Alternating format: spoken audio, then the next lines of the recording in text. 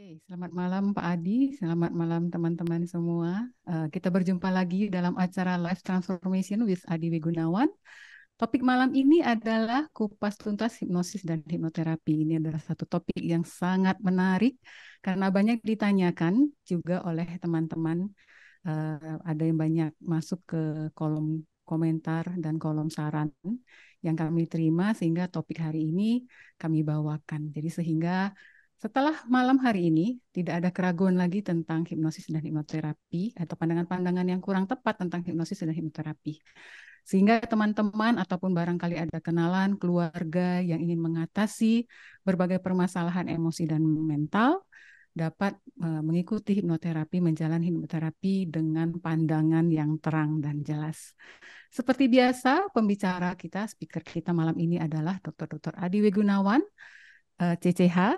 Jadi saya Christine Liu sebagai host atau pembawa acara dari malam hari ini.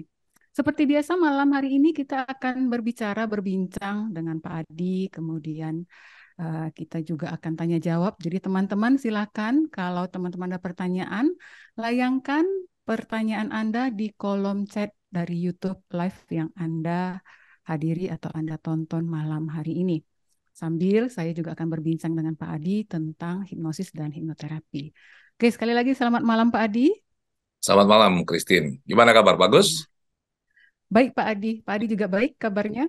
Sangat bagus, sangat bagus. Sangat Habis bagus. healing ini. Senang feeling.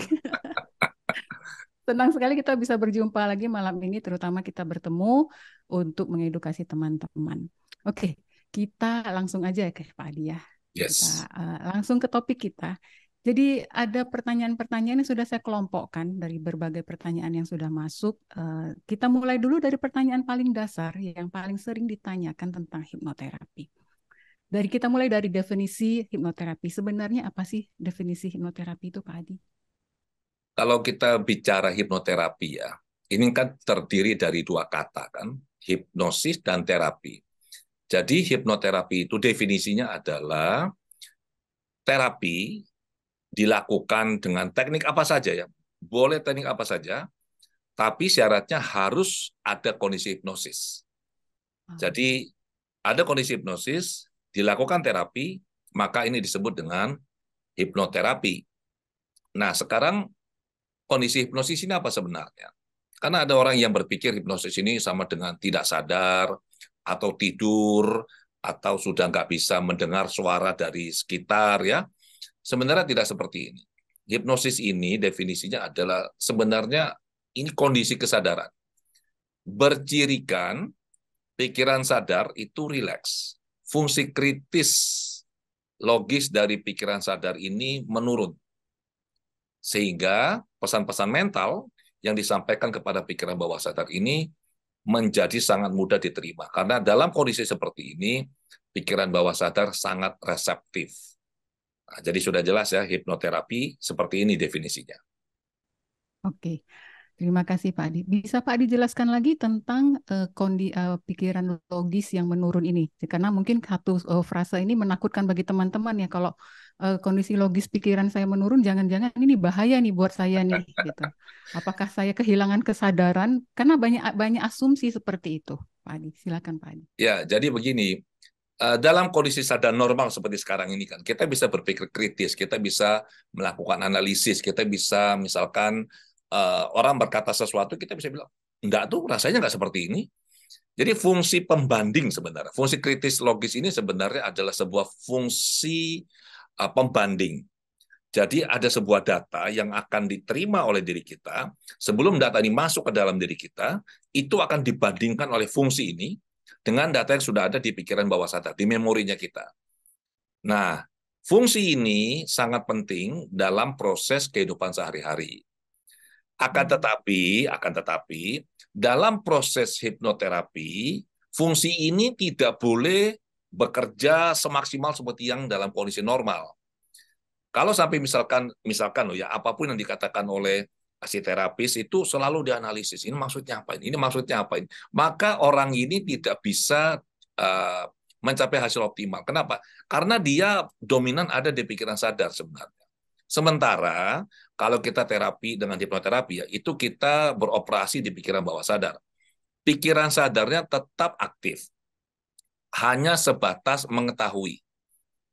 Jadi kita tidak katakanlah pikiran sadar kita ini tidak cawe-cawe, tidak terus menganalisis, terus berpikir kenapa kok begini, kenapa kok begitu, tidak. Kita pasrah saja. Kalau misalkan ternyata ada sesuatu yang merugikan diri kita, membahayakan diri kita, maka fungsi proteksi itu tetap akan bekerja. Jadi tidak berarti orangnya nggak sadar, tetap sadar. Tapi kita pasrah, kita percaya sepenuhnya pada proses yang berjalan. Demikian. Baik, sekarang sudah lebih jelas ya bagi teman-teman semua. Jadi bukan kehilangan kesadaran sama sekali, tetapi fungsi logis dari pikiran sadar itu menurun sehingga lebih mengizinkan pesan-pesan mental yang disampaikan oleh hipnoterapis itu diterima. Dan tentu saja ini harus diawali oleh rasa percaya terlebih dahulu dari klien kepada terapis dan terapis kelak ke klien. Benar ya Pak Adi ya? Ya, jadi ini hanya bisa bekerja apabila benar klien percaya sepenuhnya kepada terapis. Dan memang sebaliknya juga demikian, terapis harus percaya kepada klien. Karena kalau dari salah satu sisi saja ada sesuatu yang mengganjal, perasaan tidak percaya yang nanti tentunya kalau dalam diri klien akan memunculkan rasa takut, keengganan untuk bisa pasrah dan percaya sepenuhnya, ini akan menghambat proses terapi. Di dalam hipnoterapi ini dikenal ada sebuah aturan atau bukan aturan, sebuah dalam tanda kutip hukum lah.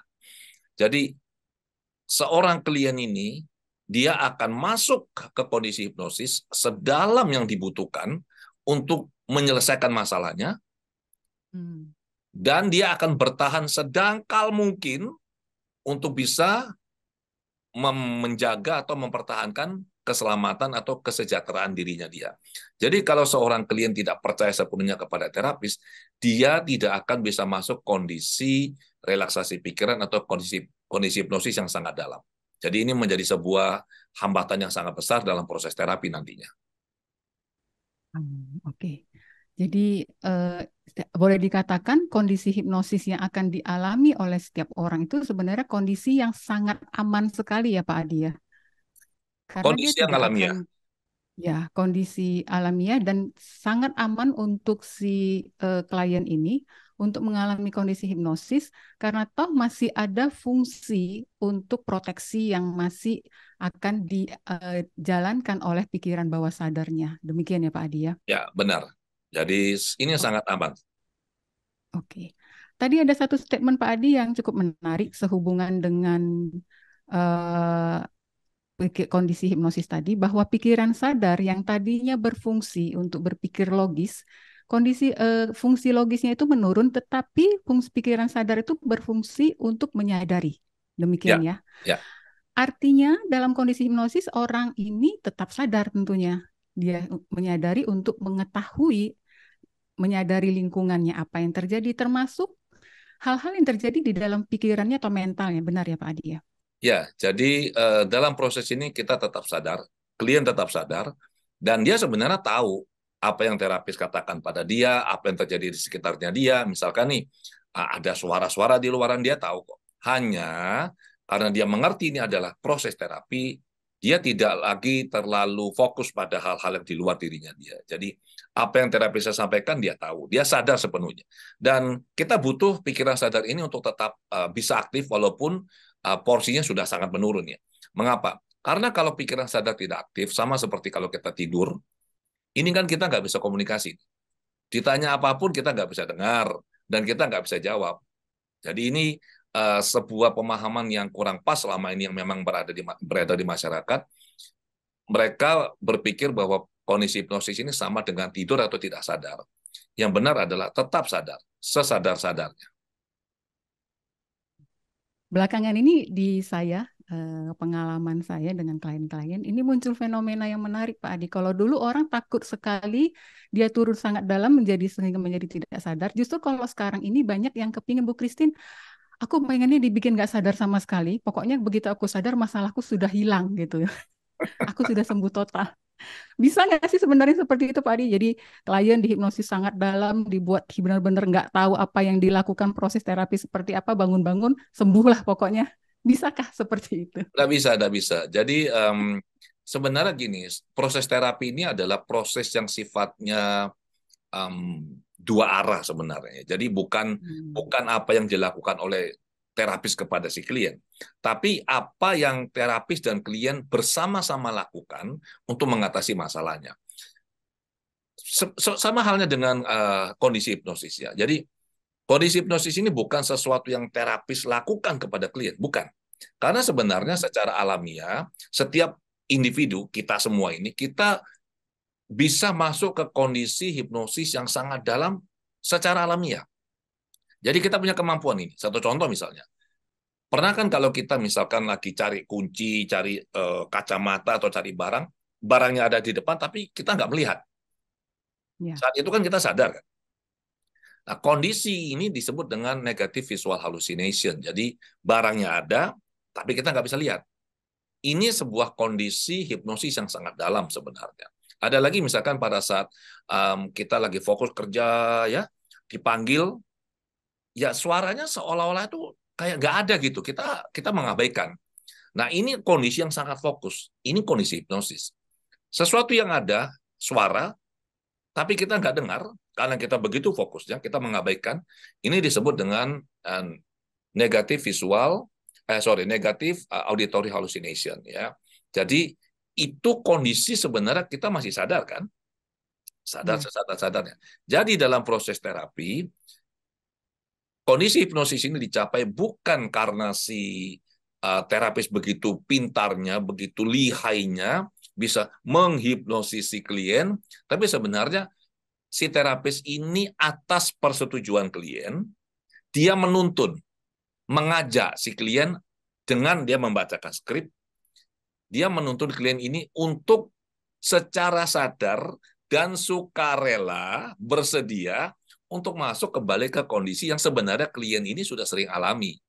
Cuma dialami secara Hmm. alamiah. Nah, kalau ini dialami secara terstruktur dan terukur. Demikian. Oke. Tadi itu sudah menjawab penjelasan Pak Adi menjawab pertanyaan teman-teman nih. Sebenarnya kondisi hipnosis itu kondisi seperti apa sih? Nah, kalau itu kan kondisi hipnosis yang dialami secara alamiah sebenarnya.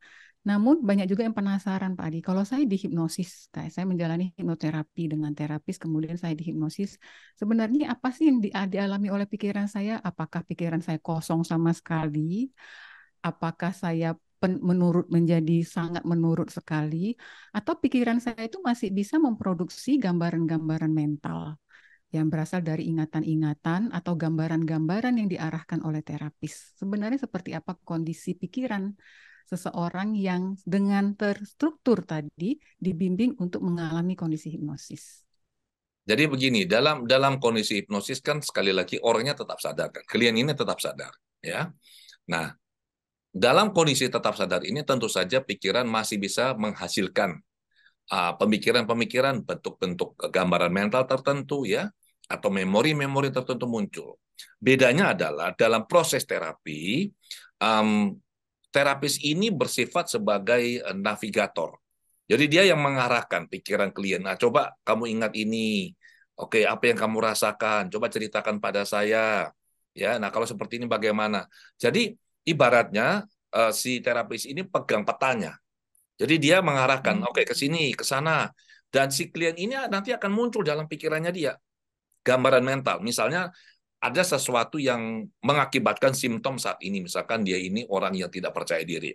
Maka dalam proses kita terapis berusaha membantu klien mengatasi masalah yang tentu dicari penyebabnya apa kan.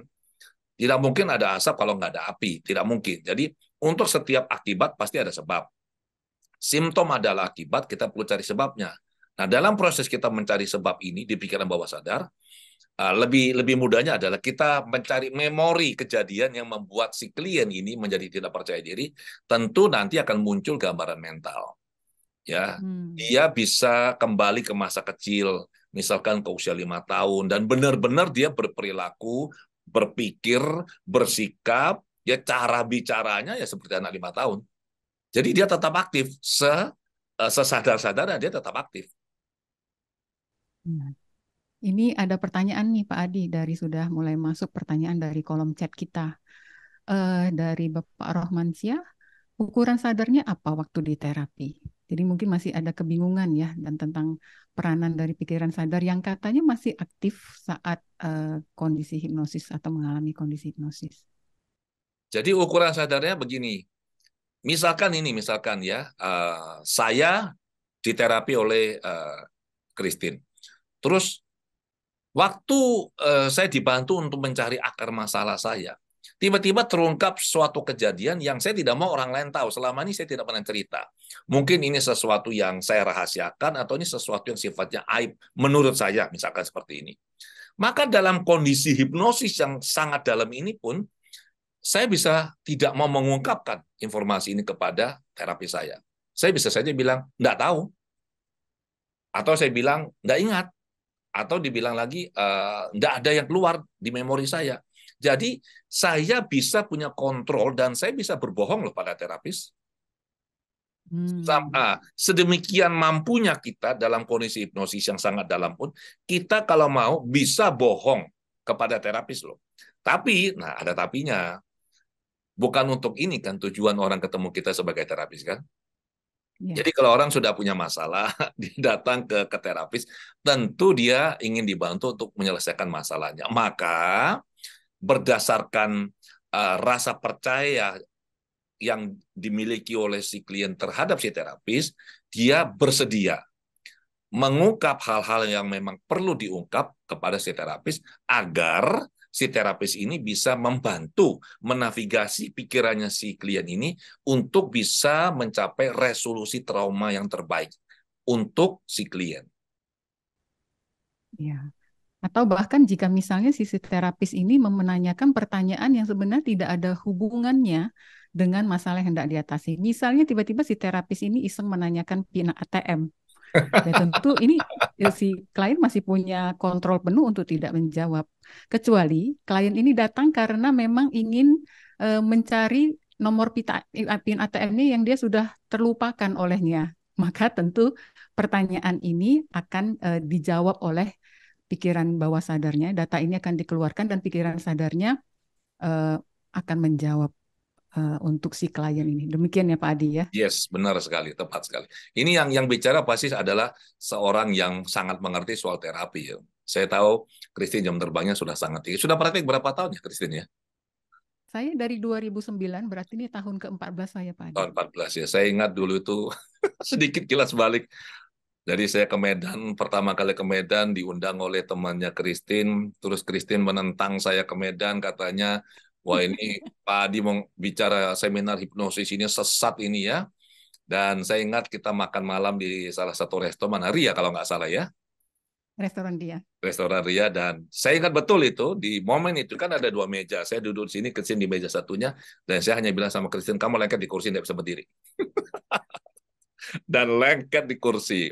Dan saya ingat juga saya bilang, seumur-umur ini saya mengajar hipnoterapi itu saya hanya melamar 2 orang jadi murid saya. Saya melamar ya, bukan saya mendorong, saya melamar. Jadi satu ini Christine ini. Jadi saya bilang, Christine harus belajar hipnoterapi ke saya. Nah, saya ingat Christine bilang, wah ini banyak alasan. Saya bilang, saya tidak mau tahu, pokoknya harus belajar ke saya. Karena saya bisa melihat, ini sebenarnya Christine punya passion ya, jadi punya punya level apa ya, level kesadaran yang sangat bagus untuk jadi terapis. Somehow itu saya bisa tahu itu. Dan muncul di Ki Hai Angkatan 6 ya, Ki Hai yang penuh dengan klinik. Luar biasa. Jadi sudah 14 tahun ya. 14 tahun Pak Adi. Sudah berapa klien yang Christine tangani?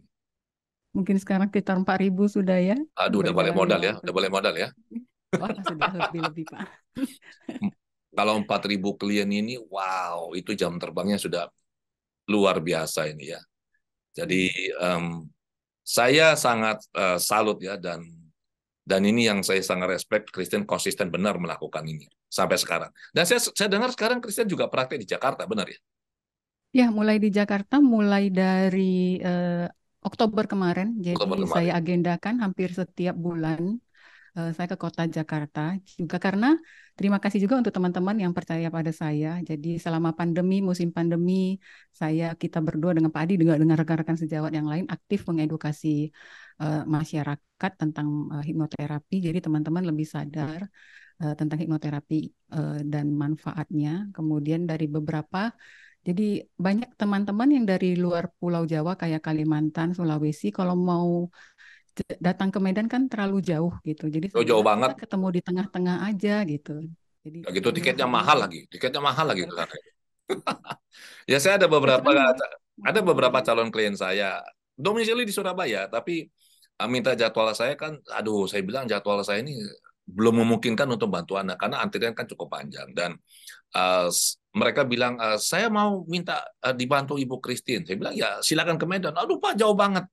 Kenapa saya dengar Kristen bilang partai di Jakarta, saya langsung beritahu, nih, sekarang Ibu Kristen ada di Jakarta dan dia ada cerita ke saya kalau dia terbang ke Jakarta coba Kristen ya, benar ya? iya, iya, Ya, iya. oke. Jadi sekarang sudah memudahkan untuk melayani teman-teman yang di Pulau Jawa dan juga teman-teman yang di Pulau Kalimantan, Sulawesi dan Indonesia Timur gitu. Mantap. Jadi semakin banyaklah yang bisa kita layani dengan adanya Rumah Insan Mulia kalau di Jakarta, kalau di Medan itu Rumah Sejahtera. Ada satu Oke, kita lagi yang di lanjut. Gading Serpong. Ada satu lagi di Gading Serpong. Oh, I Love love Me, me. Love I Me. love me. Ya, I love me. Gading Serpong, I Love Me. Itu Ya, juga tempat terapi yang sangat kita rekomendasikan. Banyak terapisnya juga di sana ya Pak Adi ya ya. banyak terapis Jadi ABG di sana. Ya. Dan rata-rata bisa senior di sana. memilih. Rata-rata senior. Sudah kayak rumah Padang lah, bisa memilih terapisnya. Oke, ini mulai banyak pertanyaan masuk. Saya mungkin jembatani dulu beberapa pertanyaan dari teman-teman.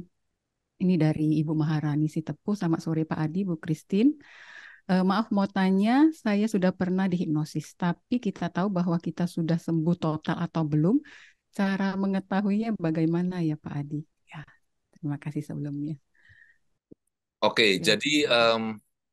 apa kita perlu jelaskan dulu ya? Saya perlu jelaskan dulu nggak tahap-tahap proses terapi itu seperti apa ya? Jadi, Ya, barangkali kita berangkat dari sana dulu. Jadi teman-teman juga karena kita untuk menyamakan persepsi dulu nih. Kalau betul. teman-teman sudah menjalani hipnoterapi itu hipnoterapinya siapa? Apakah dari murid-muridnya Pak Adi sehingga standar dan prosedurnya serta protokolnya itu sama atau dengan terapis di luar dari Adi Gunawan. Jadi sehingga bisa tahu, oh ini yang saya jalani. Jadi ini hasilnya atau oh ternyata saya dengan hipnoterapis di luar dan protokolnya tidak demikian sehingga saya tidak bisa mendapatkan hasil yang sama seperti yang Pak Adi yang sering sampaikan di publik seperti itu.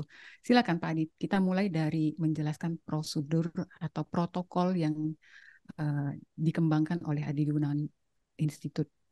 Oke, jadi kita kan kalau bicara soal terapi ya, tentu kita bicara ada protokol yang digunakan. Jadi ini protokolnya sifatnya ajak ya. Itu hasil dari saya jatuh bangun selama 3 tahun. Jadi 2005 saya belajar, saya mulai praktek, hasilnya kadang bagus, sering lebih sering tidak bagus. Selama 3 tahun jatuh bangun, akhirnya 2008 terciptalah yang namanya Quantum Hypnotherapeutic Protocol. Dan itu terdiri dari 5 langkah.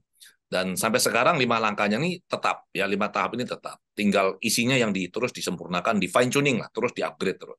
Nah, secara umum tahapan terapi itu yang pertama adalah tentu saja si klien ini perlu mengisi intake form kan.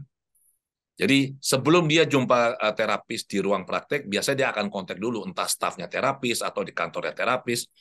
Kemudian dia menceritakan apa masalahnya dia. Kemudian oleh si terapis ini akan dinilai bisa atau tidak ditangani dengan hipnoterapi. Karena masyarakat yang mungkin kurang memahami benar apa itu hipnoterapi berpikir pokoknya kalau ada masalah dihipnotis pasti sembuh. Kan tidak seperti itu. Nah, kita harus tahu dulu nih, bisa enggak kita bantu? Seringkali misalkan ada klien yang sakit fisik, sering pusing, sering mual. Nah, kalau seperti itu, selalu saran kami adalah, salahnya kita, pergi ke dokter dulu dong, diperiksa secara medis. Kalau memang secara medis dibilang tidak ada masalah, nah ini masalah emosi atau psikologis, ini kita bisa bantu. Jadi, setelah diungkapkan apa masalahnya dan terapis menilai ini bisa dibantu dengan hipnoterapi, dibuatlah appointment.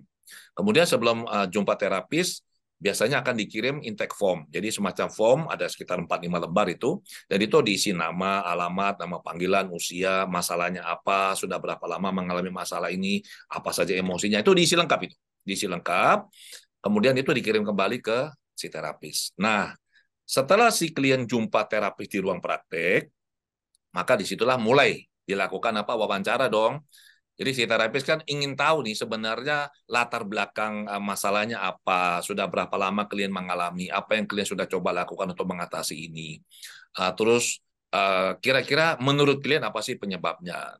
Wawancara seperti ini bisa makan waktu sekitar antara 1 sampai 2 jam sendiri. Jadi kita melakukan wawancara mendalam. Kemudian kalau ada hal yang kurang jelas, klien akan bertanya kepada terapis, misalkan soal hipnosis, hipnoterapi, dan macam-macam lah. Nah, setelah itu semua dilakukan dengan baik, barulah si terapis akan menuntun klien ini untuk menjadi rileks pikirannya, masuklah ke kondisi hipnosis. Ya. Nah, di dalam kondisi hipnosis inilah terapis akan membantu klien mengatasi masalahnya dengan mencari akar masalahnya menggunakan teknik sudah. Setelah jumpa apa masalahnya, akar masalahnya diproses sampai tuntas, ya tentu dengan teknik yang sesuai dengan situasi dan kondisi. Maka klien ini harus dites, diuji hasil terapinya. Jadi menjawab pertanyaan dari Ibu tadi, ya, bagaimana kita tahu seorang klien ini sudah sembuh atau tidak? Seorang terapis, hipnoterapis AWGI, ya, saya bicara khusus yang hipnoterapis AWGI, kami melakukan uji hasil terapi berlapis. Ya, minimal itu ada 3. Ya, secara protokol itu ada 4 uji hasil terapi yang kita lakukan. Jadi setelah proses terapi dilakukan, kita uji yang pertama lolos atau tidak. Oke, kondisinya bagus. Uji yang kedua lolos, uji yang ketiga lolos, uji yang keempat lolos. Nah, kalau sudah 4 uji hasil terapi ini lolos semuanya, barulah pada titik itu ya, terapis memutuskan bahwa ini sudah selesai. Kemudian klien akan dituntun kembali keluar ke kondisi sadar normalnya dia. Bukan bangun dulu ya, bukan. Karena klien tidak tidur. Jadi dituntun kembali keluar dari kondisi hipnosis ke kondisi sadar normalnya. Nah, setelahnya klien pulang. Nah, terapis akan memberikan waktu kurang lebih biasa sekitar 1 minggu untuk klien menjalani kembali hidupnya di habitatnya, ya di rumah, di kantor, di lingkungan, untuk bisa melihat bagaimana perubahan diri klien hasil dari proses yang sudah dijalani. Kalau misalkan klien sudah merasa nyaman, ya sudah, nggak usah kembali ke terapis. Tapi kalau klien merasa sepertinya masih ada sisa perasaan nggak nyaman di sini atau di sana, segera kontak kembali terapis, buat lagi appointment. Jaraknya memang 1 minggu yang biasanya kami berikan. Nah, kalau standarnya AWGI, kami minta komitmen klien ini sampai maksimal ya 4 sesi. Jadi kalau sesi pertama sudah clear, sudah bagus, klien pulang 1 minggu, 2 minggu, 3 minggu gak ada masalah, ya sudah jangan kembali ke terapis. Tapi kalau misalkan masih ada kurang, boleh kembali ke terapis maksimal sampai 4 sesi. Jadi kalau dari klien pertama kali datang ya diwawancara sampai selesai, sampai klien ini dituntun kembali keluar dari kondisi hipnosis, rata-rata ini butuh waktu sekitar 3 sampai 4 jam. Kalau Christian lakukan berapa jam biasanya? Saya rata-rata 3 sampai 4 jam per sesi. Ya, sama Pak Adi. Karena begini, masalah klien saat ini dibandingkan dengan dulu kan hampir ini 14 tahun, berarti ada kurang lebih 10 tahun lebih. Ada perbedaan psikologi manusia menurut Oke. saya. Mungkin Pak Adi juga mengalami. Zaman dulu, klien bermasalah karena masalah emosi. Jadi masalah emosi di terapi selesai beres.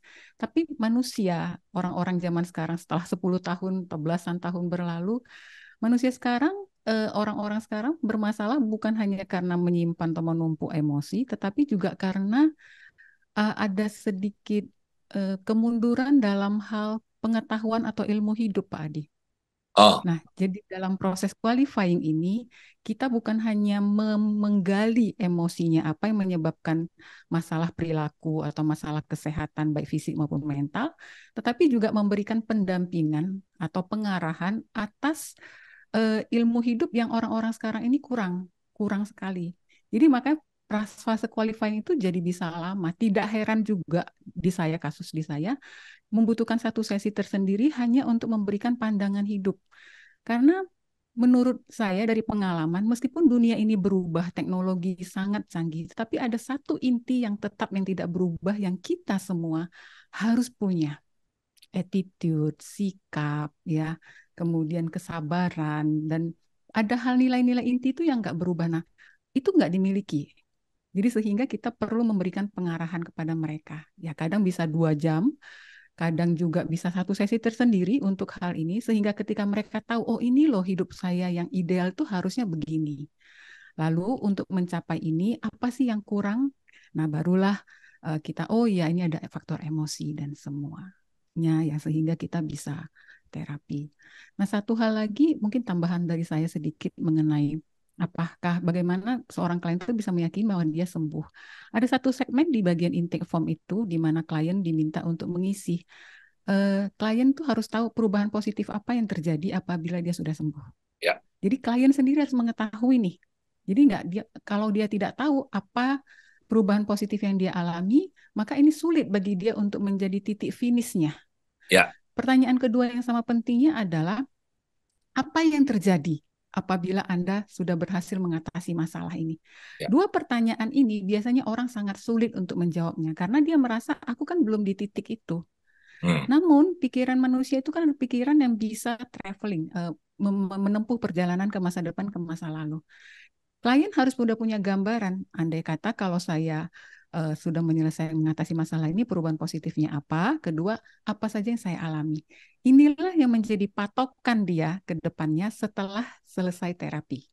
Jadi uji-uji yang kita lakukan itu sebenarnya mengarah kepada 2 poin ini. Betul, Gitu. setuju. Demikian Pak Adi.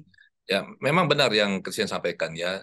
Dua hal ya. Jadi yang pertama soal ada banyak hal ya, khususnya soal nilai-nilai hidup ya, prinsip-prinsip hidup yang saat Benar. ini saya tidak tahu mengapa ya banyak ditemukan pada klien-klien ya yang kadang tuh saya berpikir begini, masa ini aja nggak ngerti sih gitu loh, ya kan? Hmm. Jadi bagaimana soal bersikap, prinsip yang baik dan benar, nilai-nilai hidup yang mereka perlu miliki untuk bisa menjalani hidup dengan baik dan berhasil ya. Itu satu. Dan memang butuh waktu bagi kita sebagai terapis untuk bisa memberikan edukasi mengenai hal ini. Yang kedua soal bagaimana klien tahu dia sudah sembuh, benar. Di intake form itu kan ada. Karena ini intake form kan juga mengalami perubahan ya dari waktu ke waktu. Dulunya saya ingat sekali dulu itu di awal-awal saya sebagai terapis kan intake formnya sangat simpel lah. Ya, pokoknya cuma beberapa butir pertanyaan. Jadi klien datang dengan masalah misalkan dia ini mudah marah pada anak-anaknya. Oke, diterapilah itu. Seminggu nggak ada berita, 2 minggu nggak ada berita. Sebulan kemudian telepon lagi ke kantor. Dia lapor ke staf saya. Ini saya kok nggak sembuh dia. Staf saya bilang, Pak, ini ditelepon sama si ibu ini. Loh kenapa? Katanya sudah terapi ke Bapak nggak sembuh. Masalahnya apa dia nggak sembuh? Ya soalnya dia bilang, kenapa dia ini kok nggak percaya diri kalau presentasi? Saya bilang, sebentar. Coba lihat dulu intake form-nya lagi. Saya ambil, saya baca-baca. Loh, ini kan masalahnya dia mudah marah sama anak-anaknya. Sekarang kalau dia bilang tidak percaya diri kalau dia presentasi, ini kan dua hal yang berbeda dong. Kan saya tangani yang ini adalah dia mudah marah. Jadi akhirnya saya memutuskan ditambahkanlah butir pertanyaan, bagaimana Anda sudah tahu kalau Anda telah berhasil mengatasi masalah Anda? Tentu saja kalau masalahnya adalah dia mudah marah pada anak, indikator keberhasilannya adalah dia sabar sama anak-anaknya dong, benar nggak? Nah, jadi setelah Iya. ditambahkan begitu, kalau ada klien yang bilang, saya kok belum sembuh, saya hanya bilang, ini wih, merujuk intake formnya Anda ini, yang ditangani adalah kasus A, yang sekarang Anda alami ini kasusnya B, ya. Dan juga sebagai tambahan untuk teman-teman ya, dalam satu sesi terapi yang berlangsung sekitar 3 sampai 4 jam, untuk kasus yang sangat-sangat spesial, itu bisa sampai 5 jam. Nah, saya yakin Christine pernah ngalami ini juga. Saya pernah nangani kasus klien yang mau bunuh diri. Waduh, itu cukup berat itu. Jadi Itu straight langsung 5 jam nonstop itu ya. Dan itu cukup melelahkan itu. Nah, rata-rata tuh sekitar 3 sampai 4 jam lah kita menangani klien ya. Nah, dan dalam sesi yang berlangsung 3 sampai 4 jam ini, sejak dari awal kami sebagai terapis selalu minta ke klien, Anda, biasanya kalau klien ditanya apa masalah Anda, oh itu banyak loh. Wah, isinya keluar semua ini. Inilah. Dan terapis akan bilang, dari hal-hal yang Anda tulis ini, yang memang ini adalah masalah ya, mana satu yang paling penting dan paling mendesak untuk diselesaikan. Yang kalau ini diselesaikan, hidup Anda akan berubah luar biasa. Dan mereka memilih satu. Nah, satu ini yang kita proses selama satu sesi ini. Demikian. Jadi dinamika terapi itu setiap orang tuh bisa berbeda satu dengan yang lainnya. Mengenai tadi nilai-nilai hidup yang orang-orang zaman sekarang itu rasanya kok nggak ada ya. Eh, Sekitar 2 minggu yang lalu waktu saya di Jakarta, saya bertemu dengan putri sulung dan putri bungsunya Pak Adi. Itzen saat ini sekarang menempuh doktorat S3, yang magister S2. Jadi kami bertiga bertemu sebagai orang yang memahami tentang psikologi. Jadi kalau biasanya perempuan ketemu itu menggosip atau mereview. Nah, saya cukup bangga dengan pertemuan kami hari itu karena kalau biasanya dulu karena saya juga anak-anak ini juga kan besar bersama saya ya karena saya sering ke Surabaya. Tapi hari ini kami bertemu sebagai 3 pakar lah intinya. Wis. Membicarakan tentang ini, Pak Adi. Ini ada topik yang kami diskusikan hari itu. Apa yang terjadi dengan orang-orang sekarang? Jadi saya bertanya tentang pandangan Ichen, saya bertanya tentang pandangan Isyang, terus saya juga berbagi pandangan saya. Jadi kami masuk pada simpulan satu bahwa saat ini informasi itu sangat mudah untuk didapatkan. Saking banyaknya informasi, orang jadi bingung. Sebenarnya informasi yang paling benar itu apa? Ya, Jadi orang-orang sekarang punya banyak pengetahuan tapi minim pengalaman. ya. Ini yang membuat orang-orang jadi tidak belajar. Hmm, Bagaimanapun pengalaman ini cukup penting agar kita bisa menjalani, agar kita bisa lebih memahami. Gitu. Jadi orang punya banyak pengetahuannya iya, tapi pengalaman itu enggak ada. Pengalaman yang mendewasakan mereka itu yang kurang. hmm, Jadi itu. Yang Setuju. kedua adalah ternyata pengaruh dari segala sesuatu yang instan ini pengaruh pada kepribadian, kedewasaan, kematangan. Jadi dulu di zaman kita, jadi kita mengalami yang namanya delay of gratification. Ya, Orang-orang sekarang nggak ada. Jadi kemampuan orang-orang untuk mengelola emosi negatifnya itu nggak ada, kesabarannya nggak ada. Contoh yang paling gampang soal hiburan. Dulu kalau mau nonton Doraemon tuh harus nunggu setiap hari Minggu. Kan hmm, kita sekolah, kemudian kita stres, itu kan perasaan yang nggak nyaman. Tapi kita kita harus berhadapan dengan emosi tersebut. Jadi kita punya endurance tuh untuk hmm, emosi-emosi negatif sampai kita mendapat hiburan di hari Minggu. Orang-orang zaman sekarang nggak ada. Begitu punya masalah langsung menghibur diri, entah dengan makanan, tontonan, ataupun hiburan-hiburan lainnya, healing-healing, langsung healing-healing. ya, Jadi endurance dia untuk emosi-emosi negatif itu nggak ada. Ini ya. yang membuat orang tuh jadinya manja.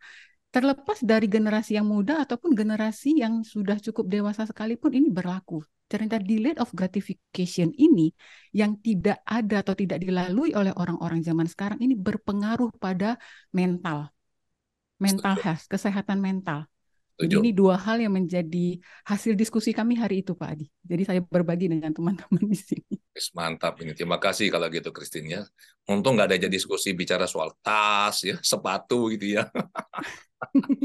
Saya ingat kemarin waktu saya ke Australia sama keluarga itu kan, kami masuk ke salah satu department store ini di Melbourne ini, di CBD ini kan. Jadi saya duduklah di lorong itu, di lorong itu di sampingnya department store besar ini. Terus kebetulan saya pakai smartwatch itu dan saya cek. Waduh, saya lihat itu stress level saya naik loh. Wuss, sampai 90 tuh angkanya itu. Saya lihat stresnya high, dia bilang. Wah, saya cek kenapa nih high. Oh iya, karena istri dan anak-anak lagi di dalam departemen store. Langsung saya relaksasi, saya cueling diri saya. Cus, dia turun ke 30, 27. Aduh, langsung rasanya lega ya. Baru saya tanya teman saya ngerti. Dia bilang, aduh Pak, ngapain stres Pak? Itu departemen store itu departemen yang murah, bukan departemen store yang mahal. Oh iya, saya bilang, wah kalau tahu gitu kan saya nggak perlu stres sendiri kan. Tapi menarik, Ternyata. menarik. Oke, kita lanjut sedikit Pak Adi. Kalau tadi Pak Adi sudah membicarakan, menjelaskan tentang protokol pelaksanaan eh, penjalanan hipnoterapi ini, lalu bagaimana dengan proses pendidikan hipnoterapisnya Pak Adi? Tentunya kalau protokol yang bisa dijalani oleh hipnoterapis ini kan tidak lepas dari proses pendidikan yang dia jalani juga sebelumnya dong. Seperti apa proses pendidikannya? Ya, jadi ini sebenarnya bergantung pada masa apa yang kita pegang ya. Jadi di dunia ini kan ada dua aliran besar ya hipnoterapi ini. Yang satu itu yang mengandalkan terapi berbasis sugesti. Nah, kalau terapi berbasis sugesti ini kan kita nggak perlu mengkulik-kulik lah, kita nggak perlu mencari-cari akar masalah, nggak perlu. Cukup orang-orang ini ditanya apa masalahnya, kemudian dihipnosis, diinduksi, dihipnosis, kemudian diberikan sugesti.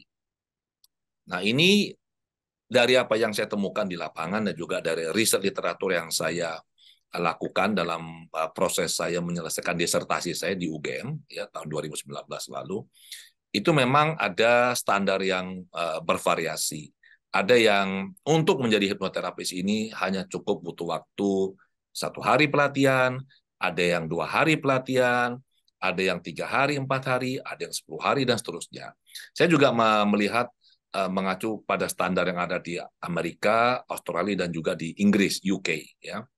Nah, tentu dampak dari proses pendidikan ini akan membuahkan hipnoterapis dengan kompetensi yang pasti berbeda. Ya, ada yang belajar 2 hari, ada yang belajar 10 hari, ada yang belajar sampai 20 hari. Nah, saya beritahu ini yang menarik ini. AWGI kan standarnya 110 jam minimal itu. Ya, di luar membaca literatur, di luar praktek ya, minimal kepada 5 klien, praktek hipnoterapi, di luar praktek induksi kepada 10 klien. Yang saya temukan adalah, ini waktu saya belajar di Amerika ini, ya, di Amerika ada teman saya, jadi sama-sama belajar ke Randall Churchill, guru saya, di San Francisco, sudah pernah belajar 100 jam loh di luar Randall. Tapi juga nggak bisa terapi. Nah, ini di sini saya menyimpulkan bahwa sebenarnya ini kompetensi ini sepenuhnya bergantung tidak hanya kepada lama waktu belajar, tapi juga kepada komitmen dan siapa pengajarnya. Ya, jadi hasil dari pendidikan ini satu gurunya harus bagus, berpengalaman, tentu saja waktunya harus cukup, kemudian ada mentoring, ada supervisi berkelanjutan, kemudian ada grup yang di mana para lulusan ini bisa cerita, bertanya, dan berdiskusi, dan tentu saja ini nanti berimbas kepada hasil yang kita berikan kepada klien. Itu kalau dari sisi pendidikan yang katakanlah yang 2-3 hari atau 4 hari atau 10 hari lah. Yang paling penting sebenarnya adalah satu kalau menurut saya. Orang belajar hipnoterapi itu untuk apa sih? Untuk apa? Jadi belajar ini alasannya harus benar. Itu yang paling penting. Banyak yang mau belajar ke AWGI dan itu ditolak. Banyak karena apa? Bilang saya mau belajar ini untuk menerapi anak-anak saya. Saya bilang nggak bisa. Saya mau menerapi suami saya, istri saya. Saya mau menerapi orang tua saya. Saya bilang nggak bisa. Kalau Anda mau belajar hipnoterapi, belajarlah untuk diri Anda dulu. Ya, kalau Anda mengerti hipnoterapi, Anda bisa berubah, maka membantu orang lain itu adalah hal yang mudah. Jadi demikian, Christine. Ya, ini juga menjawab salah satu pertanyaan di kolom chat di YouTube bahwa cara untuk buka praktek hipnoterapi tentunya tadi ya setelah mengikuti pendidikan dan pelatihan dan kemudian juga kalau setelah di Adi Gunawan ini juga ada 2 sertifikat yang dikeluarkan ya Pak Adi ya. Satu sertifikat oleh Adi Gunawan Institute bahwa ini peserta ini sudah selesai mengikuti pelatihan. Yang kedua adalah sertifikat praktek dari AHKI. Syarat untuk mendapatkan sertifikat praktek dari AHKI atau Asosiasi Hipnoterapi Klinis Indonesia ini apa Pak Adi? Oke, jadi begini ya, hipnoterapi ini kan masuk dalam kategori pengobatan tradisional. Jadi kita ini bukan tenaga kesehatan, ini harus dipahami benar loh ini. Dan kita tidak boleh misalkan ya buka klinik, itu nggak boleh, salah itu. Kata klinik ini nggak boleh. Kata klinik ini hanya untuk tenaga kesehatan, dokter ya. Jadi kita hipnoterapis ini kalau mau buka tempat praktek bersama misalkan ya pakailah nama Gria Hipnoterapi atau Gria Sehat. Itu satu. Nah, selesai ikut pendidikan, saya bicara yang umum dulu. Selesai ikut pendidikan, maka setiap peserta pasti akan mendapat sertifikat CHT-nya, itu Certified Hypnotherapist. Ini adalah sebuah pernyataan berupa sertifikat ya, yang menyatakan bahwa si peserta ini telah selesai mengikuti pendidikan. Tapi sertifikat ini tidak bisa menyatakan kompetensi, nggak bisa. Karena kan kita tidak tahu. Yang belajar 1 hari bisa punya sertifikat CHT. Ini kan pendidikan non formal kan. Jadi kalau di Departemen Pendidikan ya Kementerian Pendidikan, lembaga yang menyelenggarakan pendidikan termasuk ABG ini sebenarnya dianggap sebagai lembaga kursus dan pelatihan ya. Jadi bukan lembaga formal seperti universitas, itu bukan. Nah, mereka mendapat lulusan ini mendapat sertifikat CHT, itu satu. Nah, khusus di AWGI, mereka yang sudah menyelesaikan laporan kasus minimal 5 ya, dan itu dinyatakan diterima, bagus hasilnya, mereka bergabung ke Asosiasi Hipnoterapi Klinis Indonesia AHKI, mereka akan mendapat sertifikat praktek dari AHKI. Nah, sertifikat praktek ini bukan surat izin praktek. Ini harus dipahami. Sertifikat praktek ini menyatakan semacam satu pernyataan kompetensi bahwa orang yang pegang sertifikat ini dia memiliki kompetensi yang bagus dan ini dijamin oleh AHKI bahwa ini orang ini punya kompetensi yang bagus ya. Setelah lulus tentu kalau mau mengurus surat izin prakteknya itu kita mengurus STPT, surat terdaftar pengobat tradisional. Nah, untuk mengurus STPT itu harus mendapat rekomendasi dari organisasi profesi. Dalam hal ini salah satunya yang sudah diakui sebagai mitra oleh Kementerian Kesehatan adalah AHKI. Nah, barulah setelah itu dengan syarat-syarat yang lain kita mengajukannya ke dinas terkait di kota atau di kabupaten tempat tinggal kita. Jadi seperti itu. Tapi sekali lagi ya, ini adalah pengobatan tradisional. Kita bukan tenaga kesehatan. Dan posisi hipnoterapi ini adalah sebagai komplemen. Kita mendukung praktek-praktek atau upaya-upaya yang dilakukan oleh para tenaga kesehatan dan tidak boleh menggantikan. Demikian. Oke, baik. Terima kasih atas penjelasannya Pak Adi. Kita sedikit kembali ke membahas kondisi hipnosis dalam hipnoterapi ya Pak Adi, karena saya membaca di kolom chat itu ada beberapa pertanyaan dari teman-teman yang tentang kedalaman hipnosis. Sebenarnya kedalaman hipnosis itu pentingkah untuk dicapai seorang klien dalam proses hipnoterapi? Kalau ditanya apakah penting, bergantung teknik sebenarnya. Hmm. Ya, bergantung teknik yang mau kita gunakan. Kalau misalkan kita bicara konseling, ya kita nggak perlu pakai kondisi hipnosis yang dalam. Kalau kita menerapi seorang klien menggunakan sugesti saja, ya, jadi terapi berbasis sugesti, maka sugesti ada 2 ya, sugesti yang verbal dan sugesti yang sifatnya visual. Kalau sugesti yang sifatnya verbal, artinya skrip ini dibacakan oleh terapis kepada si klien, maka semakin dalam kondisi klien semakin bagus. Mengapa? Karena faktor kritis dari pikiran sadarnya sudah benar-benar tidak lagi bekerja. Jadi sugesti hal-hal positif yang diberikan kepada bawah sadar tidak bisa difilter. Semakin dalam dan semakin bagus. Tapi kalau diberikan sugesti yang sifatnya visual, misalkan Anda bayangkan diri Anda di masa depan, Anda begini, maka tidak boleh terlalu dalam. Karena kalau dia masuk terlalu dalam, gambarnya nggak bisa keluar. Nah, kalau saya belajar ini dari guru saya almarhum ya, Anna Weiss, waktu saya di Berkeley, Amerika, saya belajar mind mirror kan. Saya bilang sama Anna Weiss, saya bilang, mengapa ya saya kalau terapi orang, itu semula mereka bisa cerita ini apa yang mereka rasakan, apa yang mereka lihat dalam pikiran mereka, ya memori apa yang muncul. Sampai satu titik tiba-tiba tuh hilang semua, gelap semuanya. Anna Weiss ketawa. Saya bilang, lah kenapa? Dia bilang karena semakin dalam seseorang, Gelombang otak yang dominan adalah gelombang delta. Nah, gelombang delta ini seperti kalau Anda ini masuk ke dalam laut dan Anda ada di dasar laut. Delta itu kalau kita ukur pakai EEG ya, itu elektroencephalograph itu gelombangnya itu 0,1 sampai 4 Hertz. So, kalau ada di kedalaman itu tidak ada sinar matahari, dia kasih metafora seperti itu. Maka ini menjadi gelap semuanya. Nah, kalau misalkan kita menggunakan teknik berbasis hipnoanalisis yang dilakukan oleh murid-murid dari lulusan dari Adewi Gunawan Institute, maka kita akan bermain pada satu rentang yang disebut dengan profound somnambulism. Oke, kondisi kalau pada kedalaman yang skala kedalaman yang saya susun itu ya dari skala 0 sampai 40 itu tidur, dia ada di rentang antara 22 sampai 30. Ya 25 sampai 30 lah. Nah, di rentang ini kita bisa melakukan banyak hal. Klien sudah cukup dalam, tapi tidak terlalu dalam. Jadi ini ada plus minusnya.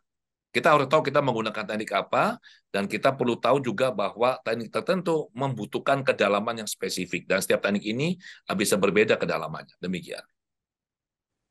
Oke. Nah, artinya kan terapis mengetahui kedalaman klien, apakah klien ini terlalu dalam atau mungkin kurang dalam. Tapi sebagai si kliennya sendiri ini, apakah si klien bisa menyadari hal ini?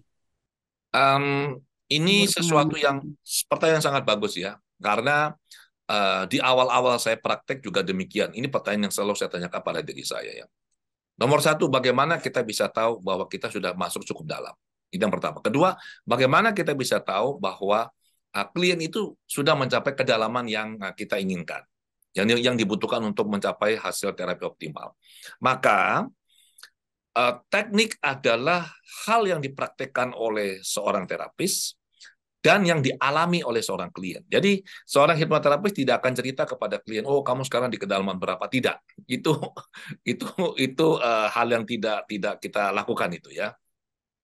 Nah, terapis menggunakan indikator-indikator yang spesifik tertentu untuk bisa melihat dan mengukur kedalaman klien ini ada di mana. Di awal dulu saya waktu belajar hipnoterapi ya, dan di banyak literatur awal yang saya juga baca tahun 2005 sampai tahun 2010 lah kira-kira itu 5 tahun itu, kebanyakan literatur itu menceritakan indikatornya adalah indikator fisik. Misalnya apa?